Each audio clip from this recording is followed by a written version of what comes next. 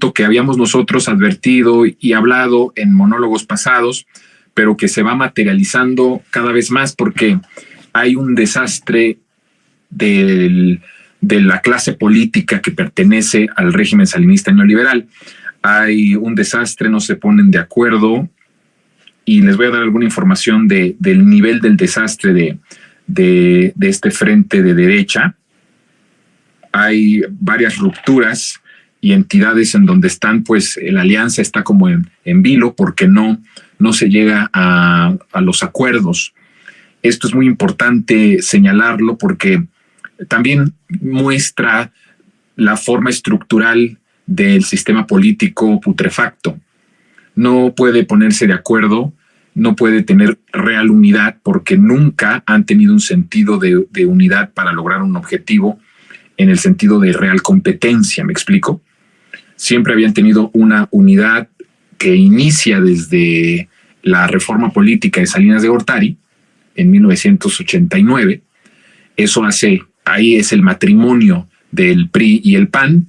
Desde ahí hasta 2018 todo lo que se votó en el Congreso fue aprobado tanto por la bancada perista y la bancada panista. Pero cuando hay en verdad una cuestión real de competencia, pues no pueden ponerse de acuerdo, no puede haber unidad porque estructuralmente no estaban acostumbrados a esa competencia, estaban acostumbrados a los pactos cupulares que repartían el poder y al mismo tiempo pues, repartían el pastel entre sus agremiados de lo que yo llamo el régimen salinista neoliberal. Políticamente se ponían de acuerdo el PRI y el PAN como lo hicieron en el 2000 para la falsa transición con Vicente Fox, y en el 2012 se ponen de acuerdo para regresarle el poder al PRI. Pero ustedes ven, las estructuras del régimen salinista neoliberal estuvieron intocables o intactas. Se siguió la profundización de la guerra de exterminio, se siguió la profundización de las reformas saqueadoras, se siguió la profundización de la corrupción y también de los privilegios. Entonces, no hay en realidad en sus venas o en su ADN una actitud ni tampoco una profesión de una militancia en la competencia. Estaban acostumbrados a este reparto cupular de tal manera que siempre salían beneficiados. En el momento en que López Obrador rompe con esta tradición maldita de cómo se repartieron a México y cómo lo destruyeron entre ambos, entre el PRI y el PAN, pues entonces se les termina esa cuestión de unidad y entonces tienen que competir. Pero no tienen que competir para ganar. Es algo maravilloso esto. Tienen que competir para sobrevivir. Es como el mantenido, ¿no? Que se la pasa de baquetón en la casa y entonces cuando llega el orden y dice, pues aquí todos vamos a cooperar, todos vamos a poner de nuestro trabajo, entonces ahí pues ya le cuesta trabajo porque tiene entonces que salir a trabajar para sobrevivir. Lo mismo le pasó a esta estructura política del PRI y del PAN. Están en esa disyuntiva de que ahora pues no tienen el poder y ahora tienen que competir para sobrevivir y, mejor dicho, van a competir para posicionarse y salvar sus cuellos, tener fueros y seguir teniendo dinero público. Porque eso es en esencia a eso se ha reducido lo que está haciendo el frente de derecha, a competir para conseguir un salario durante los próximos 6 años. Es patético, pero es muy buena noticia para nosotros. Y entonces pues, no puede haber unidad porque cuando se interponen en este contexto que acabo de dar, el interés personal y el interés individual del sálvese quien pueda y de intereses de grupos muy compactos, muy reducidos, pues no puede haber unidad, porque siempre va a haber agandalle de unos y de otros y entonces ahí empieza el desastre. Hay rupturas ya muy concretas en 3 estados de la República en donde no van a ir juntos, que es el Estado de México, Tabasco y la Ciudad de México, ¿no? Hay rupturas fuertes ahí al interior. En el caso del Estado de México, incluso la ruptura viene con diferentes filtraciones o revelaciones de secretos que todos ya lo sabíamos, pero que Sandrita Cuevas, en un acto de patriotismo, ¿Quién iba a decir, verdad? Que se convirtió en toda una patriota. Es una broma, pero al final todo lo que se vaya revelando y todo lo que se vaya diciendo de la verdad de este Frente Amplio, pues es suma, no resta, le resta a ellos, pero a nosotros el pueblo pues nos suma. Y entonces empezó a revelar nexos con el crimen organizado, arreglos cupulares, como ya lo sabíamos, dedazo, traición. Pues es que esto es parte de cómo se maneja la política tradicional, la traición. Vaya que no solamente es la traición en el sentido de me dijiste una cosa y no me cumpliste, sino que se llegó a asesinar personas dentro del sistema político, justamente por las traiciones y justamente por el acaparar el poder y por la intención de dominar el poder en el país, ¿no? Entonces, bueno, pues ahí está. Hay rupturas en el Estado de México, Tabasco, Ciudad de México. Y hay una fuerte negociación que todavía ya cada vez en Morena, pues ya se tiene todo bien estipulado. Afortunadamente no hubo ruptura en Morena, solamente una traidora, Lucy Mesa, que venía siendo de Morena, que a principios de noviembre se pasa al PRI y al final, bueno, se pasa al Frente y al final va a ser la candidata al Frente Amplio.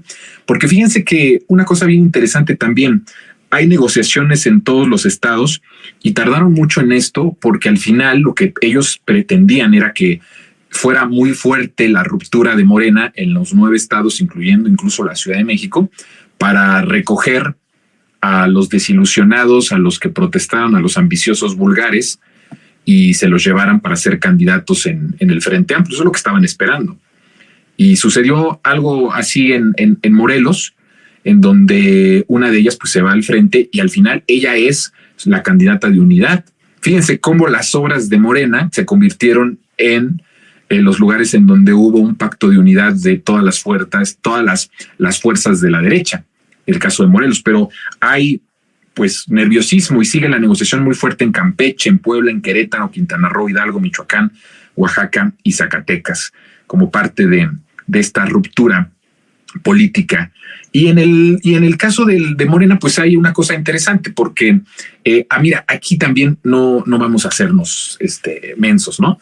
Yo veo dos escenarios que tenía todos los que compitieron para la candidatura desde la presidencia de la República a los estados, y que tenía que con 2 escenarios. Por un lado, que además hay ejemplos de personas que optaron por eso, que es la muerte política, como el caso de Marcelo Ebrard, pero todos los demás se mantuvieron. Podemos decir que hay 2 hipótesis. Una, porque en verdad les importa el proyecto, porque de verdad les interesa la transformación del país, porque esa es la prioridad que tienen. Y la otra es por justamente no caer en la equivocación en la que cayó Marcelo Ebrard, en donde es prácticamente irrelevante políticamente, tanto en el exterior, es decir, para la derecha como para el interior del movimiento, y además ya con el título de un traidor y con el título de una persona zigzagueante, que es alguien a quien no se le puede fiar la casa. Imagínense, una persona que pone en berrinche cuando es contundente el triunfo de Claudia Sheinbaum o de una persona y pone en tal shock al movimiento para que se cumplan los deseos personales. Pues el deseo personal de él era ser el candidato de la República, pero el candidato de la presidencia de la República dependía de unas encuestas, todas salió él abajo. Y entonces, pues, ese es uno de los escenarios, o son los 2 escenarios, que por un lado sí sean muy patriotas y sí tuvieran una intención real de mantener la unidad para el fortalecimiento del movimiento, y lo otro es que se vieron en el espejo de Marcelo Ebrard y dijeron, aunque sí quisiera romper y quisiera hacer mi berrinche y quisiera traicionar, no lo hago porque esa es mi muerte política. Entonces, bueno, por una u otra razón, sale muy fortalecido. En realidad ha sido un proceso que podemos calificar de exitoso. Sin duda que dentro de todo hay formas de que se vaya perfeccionando. Creo que el proceso de selección de Morena tiene que irse perfeccionando cada vez más para lograr cada vez más democracia en la decisión de quiénes son y quiénes van a ser los que representen el movimiento en los puestos populares o de elección popular. Y esto sin duda que tiene que ser un proceso de aprendizaje. Pero creo que ahí por ese lado hay una palomita para Mario Delgado y para Citlali, de que lo hicieron bien, digamos. Bueno, no esperábamos otra cosa, por cierto. Sí los felicitamos, pero no esperábamos de ellos otra cosa. De hecho, era su obligación y su responsabilidad estar a la altura de un proceso tan importante, nada más y nada menos, que es el proceso de selección de los que van a llevar adelante en los 9 estados de la República la transformación a cada una de esas regiones. Entonces, pues era muy importante que se guardara la unidad y salió bien. Me parece que todo el proceso fue bien cuidado. Salieron librados, por decirlo así, tanto Citlali como Mario Delgado. Y eso hay que decirlo, porque también a veces nos perdemos siempre en la crítica, ¿no?, de la dirigencia de Morena. Yo veo mucha crítica en la dirigencia de Morena. Yo mismo he criticado mucho a la dirigencia y sin duda que hay muchas cosas que hay que renovar y hay cosas que hay que debatir para poder construir diferentes métodos, para no excluir a las bases, para que las bases tengan cada vez más voz, cada vez más fuerza. Sin duda alguna, bueno, la elección de la Ciudad de México de Clara, pues es una de las expresiones en donde se hace valer la voz de las bases del movimiento. Ni siquiera de las bases del movimiento de Morena. Estoy hablando de las bases del movimiento obradorista, porque además aquí hay que decirlo, el movimiento obradorista es mucho más grande que Morena. Eso hay que tenerlo siempre en la mente. El movimiento obradorista es más grande, superior incluso que Morena. Por ejemplo, yo les he dicho, yo no milito en Morena, yo milito en la transformación. Puedo decir que soy obradorista sin pena, sin nada de qué avergonzarme y sin que esto signifique que unos cuantos pelados majaderos quieran venir a reducir mi profesionalismo y quieran venir a descalificar mi trabajo periodístico de más de 15 años, por ejemplo, ¿no? Entonces, bueno, pero el punto es, una vez que hablamos de esto, es el peligro. A ver, ¿qué es lo que viene?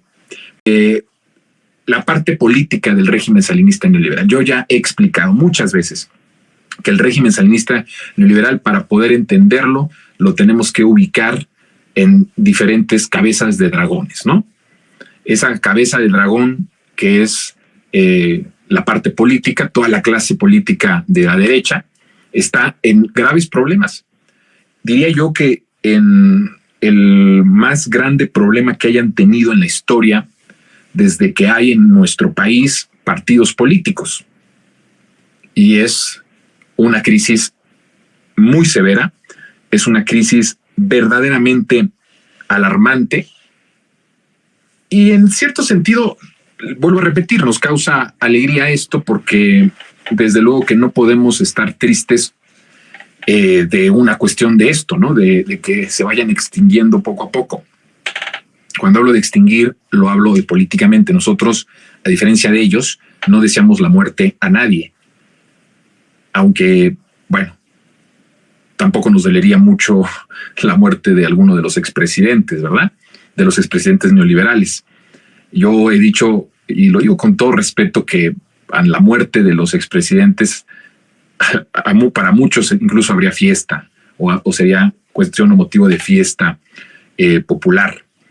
Pero más allá de eso, la verdad es que no le deseamos la muerte a nadie, no somos como ellos, no odiamos, pero lo que sí advertimos es que nos da gusto, porque al menos eso nos tendría que quedar, ¿no? El gusto de cómo estamos viendo que nos fregaron tanto, que nos hundieron tanto, que destruyeron al país, que prácticamente desmantelaron a la patria, la dejaron herida de muerte, de hecho agonizando, y que ahora ellos son los que políticamente estén agonizando. Pues por lo menos que nos quede la alegría, la risa, la burla, el festejo, la fiesta de que sea esto, ¿no? Y que no tengan posibilidad ni remotamente de regresar al poder político y al poder específicamente ejecutivo, porque siguen teniendo mucho poder. ¿Qué es lo que viene ante esta desesperación, ante esta desgracia?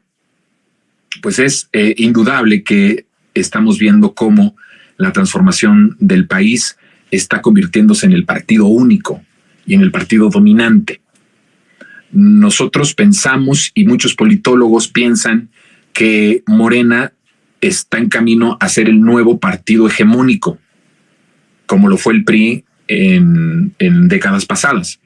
Yo estoy de acuerdo con ellos, pero profundizo en algo que tiene que ser y que tendríamos que tener en cuenta mucho más, que es que más que Morena convertirse en el partido político hegemónico dominante, en el partido de Estado, yo creo que cambia un poco la ecuación y lo que propongo como hipótesis es que la cuarta transformación, no el partido, la transformación que es del pueblo y para el pueblo, construida desde el pueblo, apoyada y respaldada por el pueblo, es en estos momentos el partido hegemónico de México.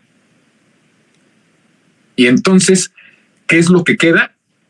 Pues los cascarones de los partidos que representan los intereses oligárquicos del crimen organizado, como es el PRI, el PAN y el PRD. Entonces, como nos encaminamos a un escenario que no conocemos en México, o sea, lo conocemos del lado autoritario. Cuando el PRI dominaba, era un partido dominante, disciplinado hasta la médula, de tal grado que el sistema se disciplinó en algún momento que mató, asesinó a personas de su misma casta, de su mismo grupo político. Era autoritario. Necesitaba el autoritarismo para mantenerse unido y para seguir dominando al país y seguir saqueándolo y seguir desgraciándolo. Conocemos ese y no todas las generaciones vivimos en eso. La verdad, debo decir que yo no viví en ese PRI de los 70s. Conocí el PRI de Peña Nieto y con eso me puedo dar cuenta de la magnitud de todo lo que habían venido haciendo cuando tuvieron el poder en las décadas anteriores. Pero no conocemos qué es este escenario en donde el partido único o el partido dominante es el partido del pueblo. Es el partido de la cuarta transformación.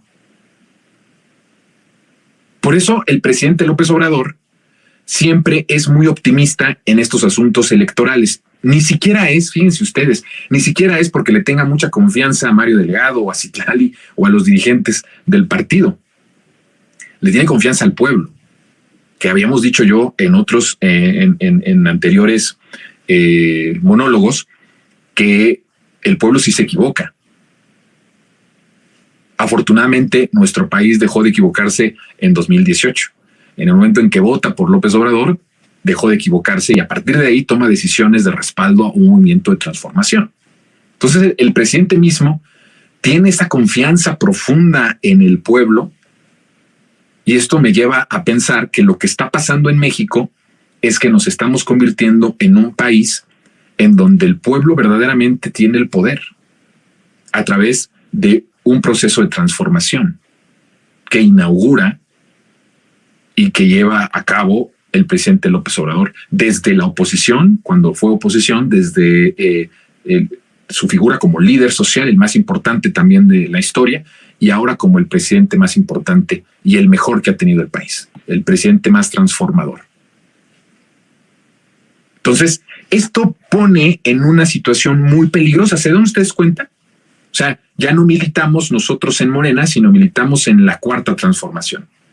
Y todos los demás están en el basurero, están en la extinción. ¿Cómo va a asumir el régimen salinista neoliberal la extinción de su clase política? ¿Cuáles son las opciones que puede tener? Bueno, mañana díganle a todos y a todas las resentidas y los resentidos que nos unamos, porque vamos a hablar de un tema muy interesante para seguir platicando del ejército y que tiene que ver con esto. ¿Cuál era una de las jugadas? Yo les dije que una de las trampas que pensaron en que iba a caer el presidente López Obrador era que su proceso era tan radical y tan transformador que ellos sabían que con esas instituciones podridas que ellos construyeron para el beneficio de 30 familias y de los potentados no se iba a poder llevar a cabo. Pero había otras trampas y mañana voy a hablar de la trampa del ejército. De momento, quiero hacer ciertas preguntas que nos lleven a construir una narrativa de qué es lo que va a pasar en la arena política. No estamos hablando de las otras cabezas del dragón, que es el régimen salinista neoliberal, aunque ellos tendrán que hacer algo porque su cabeza que representa esta clase política, que era la que competía, o más bien que era la que hacía fraudes electorales y se imponía a la voluntad popular para devorarse al país, para desangrar al país, para saquear al país. ¿Qué va a hacer por ese lado esta cabeza que casi está muriéndose de la expresión política? ¿Y qué van a hacer las otras? Entonces, aquí es importante y en cierto sentido peligroso, porque lo que vemos es que cada momento van a haber más expresiones de desestabilizar, y pienso yo que ya en este sexenio no van a poder, ya en este sexenio no van a poder desestabilizar al gobierno de López Obrador. Yo les puedo decir que la oligarquía, que el crimen organizado, vuelvo a repetir, que la oligarquía, que el crimen organizado, que los poderes fácticos, que los medios de comunicación y que, por supuesto, la clase política de derecha ha reconocido abiertamente que AMLO es invencible. Eso es mi diagnóstico de el momento político que estamos viendo. No pudieron los medios de comunicación ocupar cada una de las tragedias que hubo en este sexenio, que por cierto fueron tragedias, unas por cuestión mundial, otras por la naturaleza y otras tantas, y creo yo la mayoría, por las consecuencias de la desgracia y el desastre que el salinismo neoliberal dejó en el país, y no pudo utilizarlo los medios de comunicación para que el pueblo revirtiera su apoyo a López Obrador. Yo creo y veo con todo esto que está sucediendo, todas estas rupturas políticas a nivel nacional, veo un reconocimiento. No estoy diciendo que estén reconociendo su derrota, en el sentido de que ya no van a hacer nada por recuperar al país y para seguir devorándoselo. Lo que estoy diciendo es que sí hay un reconocimiento, por lo menos, de que López Obrador fue invencible y es invencible.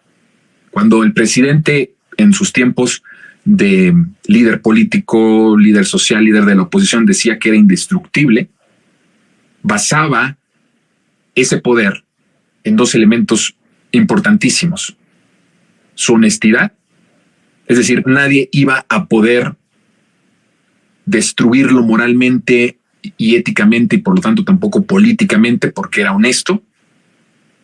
Y el ser honesto en estas aguas de la política mexicana, pues es prácticamente la diferencia absoluta. Y otro, su profundo amor al pueblo. Por eso él identificaba y podía decir de sí mismo que era indestructible.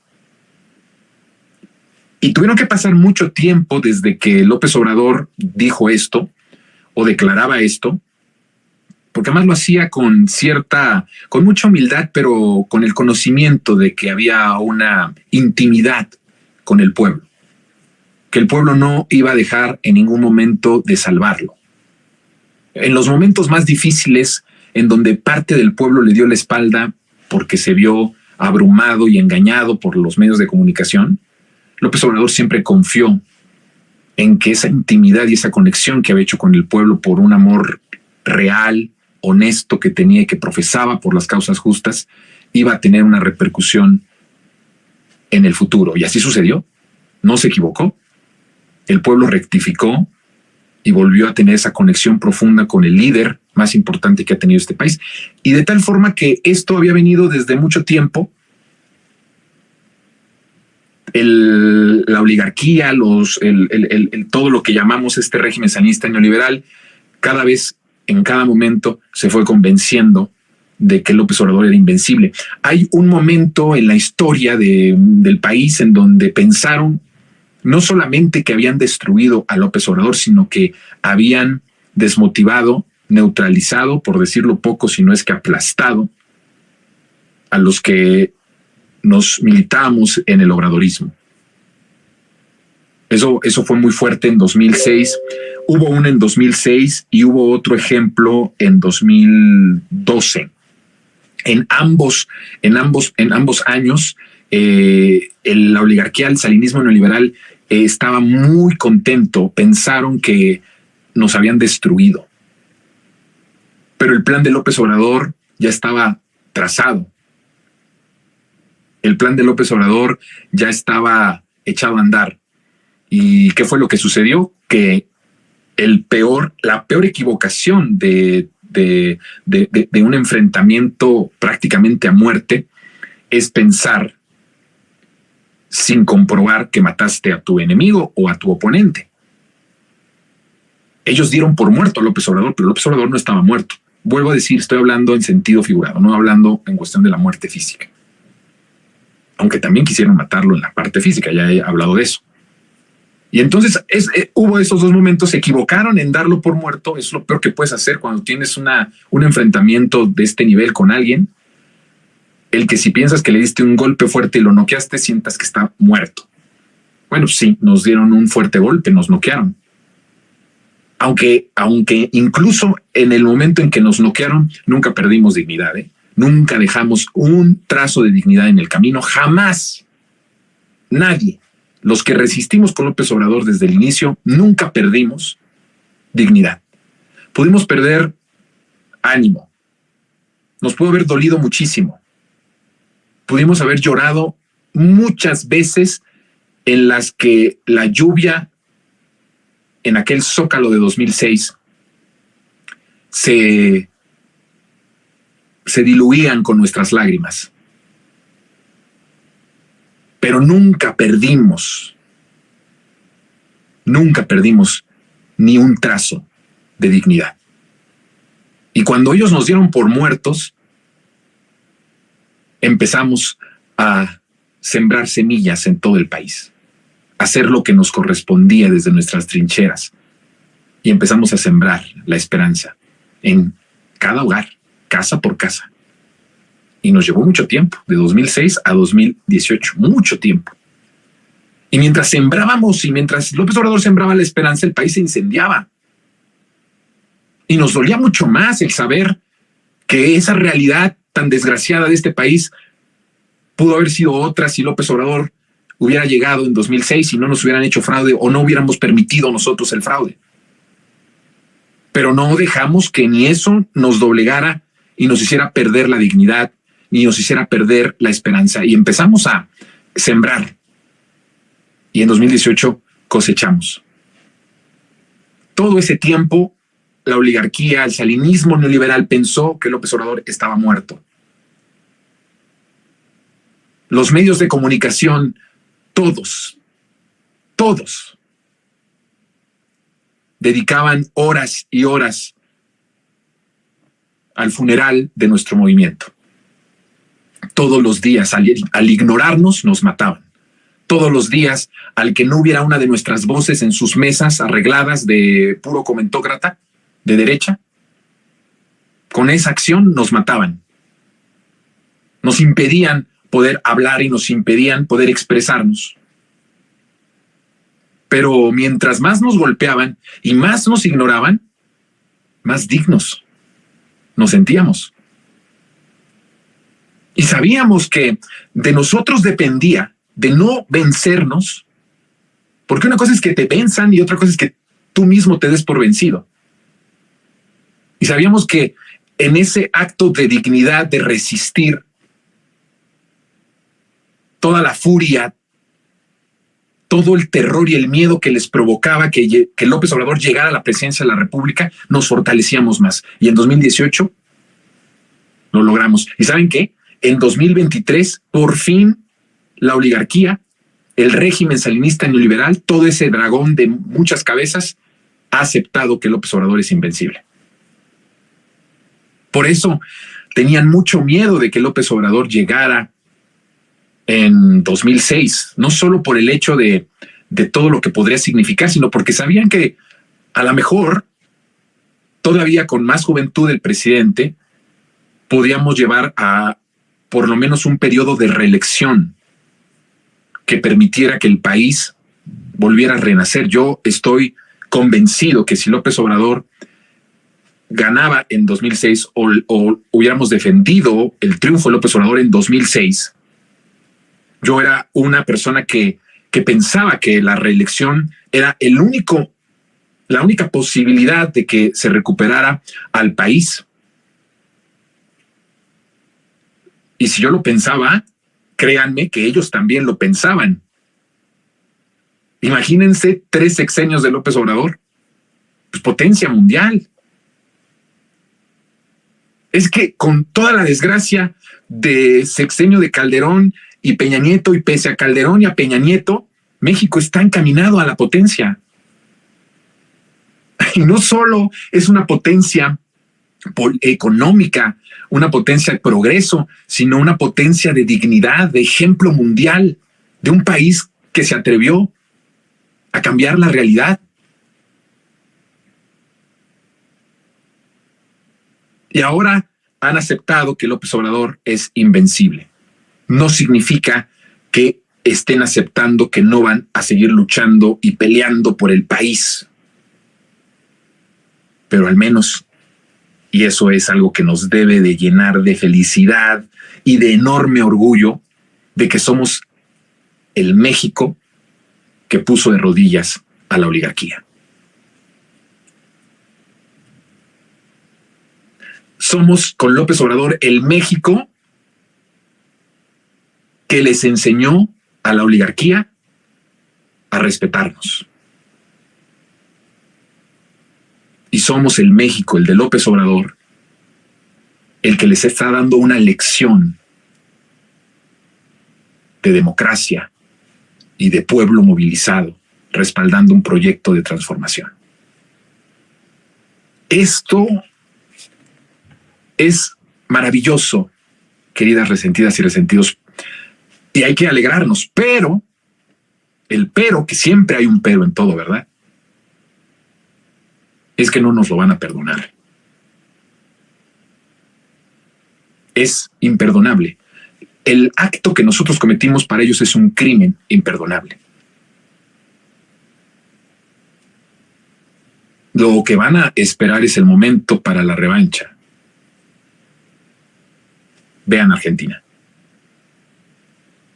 Unas horas de que Milei gana la presidencia de la República, empieza a haber reacciones de sindicatos, del pueblo, de trabajadores.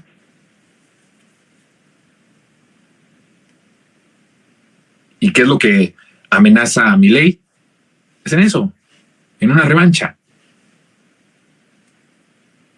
En una revancha en un país que poco transformó con Alberto Fernández. Y que mucho se destruyó con el anterior presidente Alberto Fernández.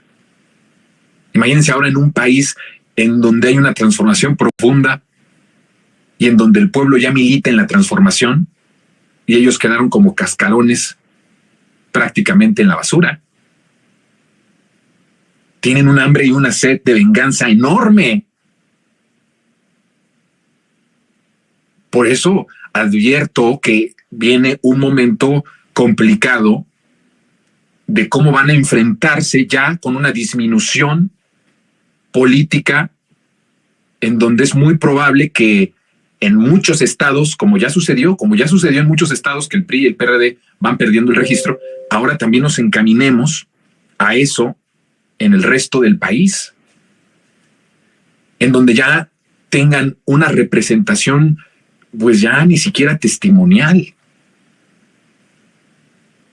Porque ya no va a haber quien dé testimonio de su proyecto de muerte, ¿no?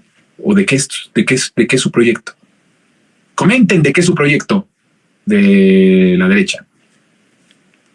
De muerte, de desolación, de desesperanza, de pobreza, de desigualdad, de corrupción, de privilegios. Nos lleva esto a construir. Vuelvo a hacer un llamado a todas las resentidas y los resentidos a poder pensar y repensar cómo podemos enfrentar el reto en 2024 sin el invencible que es López Obrador. Pongo solo para terminar y dar paso a la charla con mi querido Alejandro Torres. El invencible es López Obrador, pero Claudia Sheinbaum no. No quiero que se malinterprete.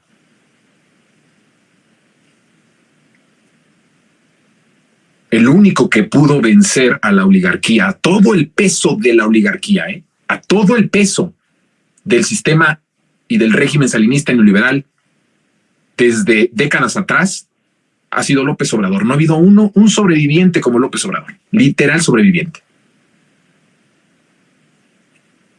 ¿Qué es lo que tenemos que hacer? Ser lo que provoque que Claudia también sea invencible. ¿Cómo? Arropándola. No titubeando en el apoyo a Claudia Sheinbaum. Dejar de pensar y de dudar en su capacidad, porque tiene capacidad de sobra para dirigir a este país y para edificar el segundo piso de la transformación. Sin titubeos, apoyemos el proceso de transformación con Claudia. Si el presidente le dio el bastón de mando, démosle nosotros también el bastón de mando. Apoyémosla. Cubramos a Claudia.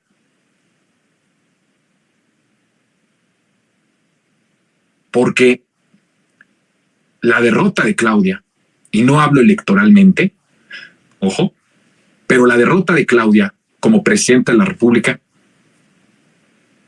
es nuestra condena de muerte del pueblo. Porque vendrían con más rabia y vendrían por todo y por todos. Escuchen esto, vendrían por todo y por todos. Mañana les hablo de el plan que tenían con el ejército y cómo nuestro presidente es un genio. Ya lo he dicho, ¿no? De cómo cambió todo la ecuación del poder al interior del ejército. Y ahora les voy a hablar de un plan que la derecha tenía con el ejército, porque están friegue y friegue con el ejército. ¿Por qué les pesa tanto que ahora el ejército sea el ejército de paz y el ejército del bienestar? Miren, el ejército del bienestar, literalmente. Doy paso a la charla con mi queridísimo